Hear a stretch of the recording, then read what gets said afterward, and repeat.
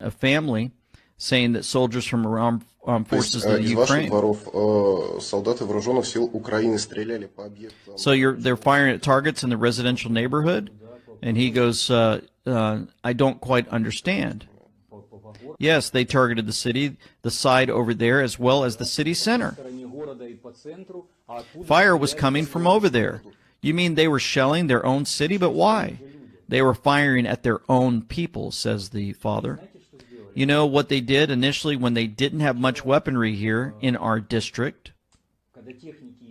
And he's sitting here with his, I believe it's his wife and daughter. The daughter looks really sad, in case those are just listening in. They covered our district with artillery fire, claiming that the Russians were doing this.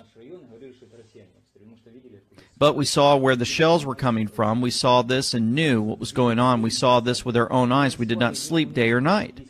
For almost 10 days we lived under constant fire, and we saw where it was coming from. At first they just shelled us for several days. For 2 or 3 days they targeted residential neighborhoods specifically. Why? It was like they wanted to scrape the tops of the trees to force more people to converge on the city center. And now the wife says, or maybe to show the whole world images of Russia and the DPR killing civilians. So she's saying that they're going to shoot their own people, and then they're going to blame it on the Russians to put out to the world. Yep. They advanced from this side to create the impression that this was done by Russian troops. And the look on that daughter's face is something I remember. I remember seeing those type of eyes, folks, when I was involved in the 2004-2005, I believe, year when 250,000 people plus were killed in the tsunami. And I was flown down to Thailand overnight. And when I got into, I believe it was Indonesia, we flew into the airport. I remember seeing the children as they were debarking the planes after the massive amount of death and horror that they'd seen. They had no emotion on their face. Syria is just one example. American War Crimes has its own Wikipedia page. Torture, extrajudicial killings, illegal detentions, they've done it all. Let me start with Iraq. Who can forget the Abu Ghraib prison? This is where America perfected their war crimes. Prisoners were tortured, raped, sodomized, and killed. All of this is documented. In fact, it was authorized by the US government. Their Justice Department released a memo before the Iraq war. It's called the Torture Memos. What did this document say? 1, that US officials cannot be charged with war crimes. And 2, that enhanced interrogation techniques can be used on prisoners. What are these enhanced techniques? Basically a clever way of saying torture. And 2 pictures sum up what America did in Abu Ghraib. Here's one of them. The prisoner is made to stand on a box. His head is covered and his fingers are connected to an electric wire. Do you know what his interrogators told him? If you fall off the box, you will be electrocuted. That's what he was told. Here's picture number 2. It's even worse. Naked prisoners have been piled on top of each other. Their heads are covered, and posing behind them are US soldiers, all smiles. This was standard practice, apparently. The CIA regularly clicked naked pictures of their prisoners. The idea was to strip them of all dignity. Many prisoners died during such so-called interrogations. Many are still languishing in so-called US black sites. The people who did this are not soldiers, they're criminals.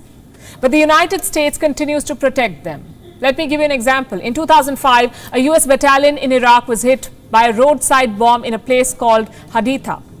1 soldier was killed, 1 soldier. The same day, this battalion marched into a neighborhood. They shot and killed 24 women and children. Do you know what the battalion's leader said? Shoot first, ask questions later. And do you know what his punishment was? 90 days in jail plus a pay cut. A pay cut. That's the punishment for taking 24 innocent lives. Here's another example. This is from 2007. A private security company was escorting a US diplomatic convoy in Baghdad. They say they were ambushed. In response, they killed 17 innocent Iraqi citizens. 4 of the employees were tried and convicted. But in December last year, Donald Trump, then president, pardoned them. So they're free men now. The fact is, America will do anything to protect its war criminals. They will find legal loopholes. They will use their diplomatic power. They will even build a military base on an isolated island to hide their crimes. I'm talking about the infamous Guantanamo Bay Detention Camp, or Gitmo for short. Since 2002, 780 people have been detained here. No charges, no trial, no lawyers. 731 prisoners have been transferred out, 39 still remain, and 9 died in custody.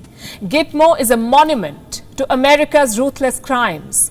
Prisoners say they were tortured with broken glass, strangled with barbed wires, forcefully injected with drugs, and repeatedly raped. Remember who's doing this: the supposed human rights champion, the self-proclaimed guardian of freedom.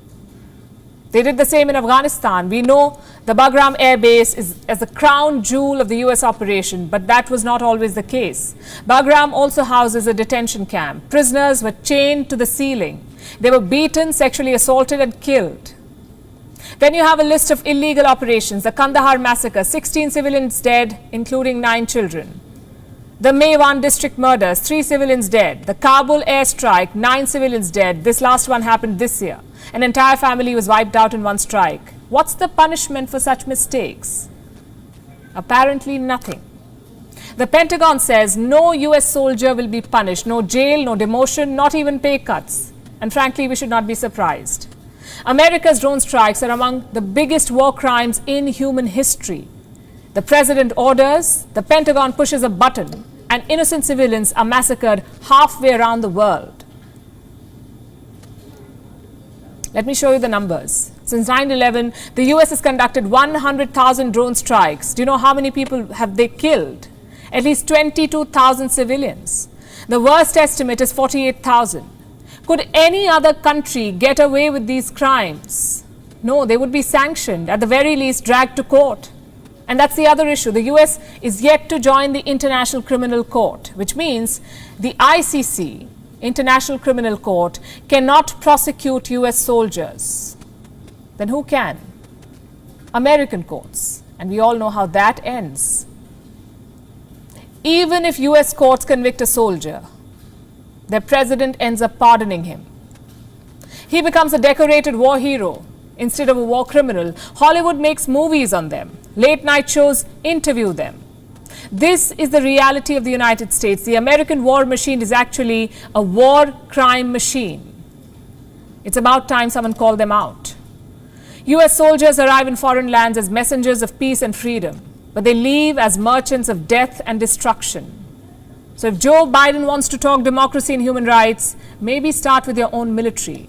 Join the International Criminal Court. Subject your soldiers to independent probes. Until then, do not take the moral high ground, because the mass graves in Afghanistan, Syria, Libya, and Iraq disagree. WION is now available in your country.